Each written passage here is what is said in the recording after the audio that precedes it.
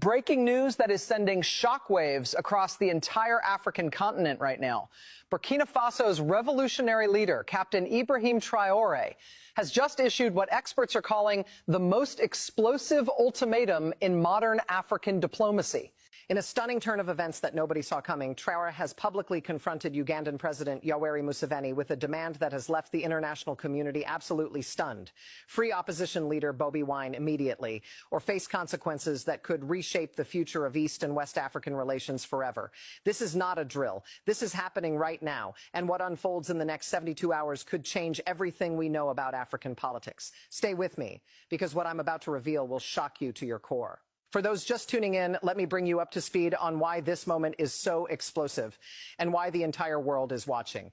Captain Ibrahim Traore, the 35-year-old military leader who took power in Burkina Faso in September 2022, has become Africa's most outspoken voice for a new generation of Pan-African leadership.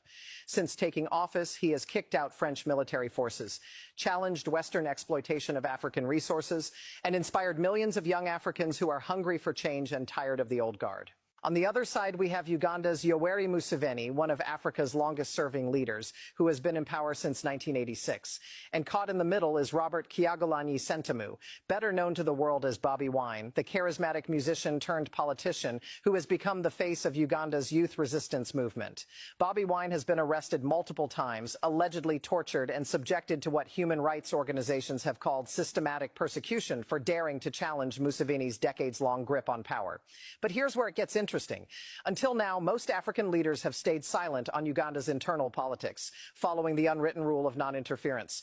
That all changed 48 hours ago when Ibrahim Traore broke that silence in the most dramatic way possible. According to sources close to the Burkinabe presidency, Captain Traore convened an emergency press conference at the presidential palace in Ouagadougou yesterday evening. What he said next left diplomatic channels buzzing and sent Ugandan officials scrambling.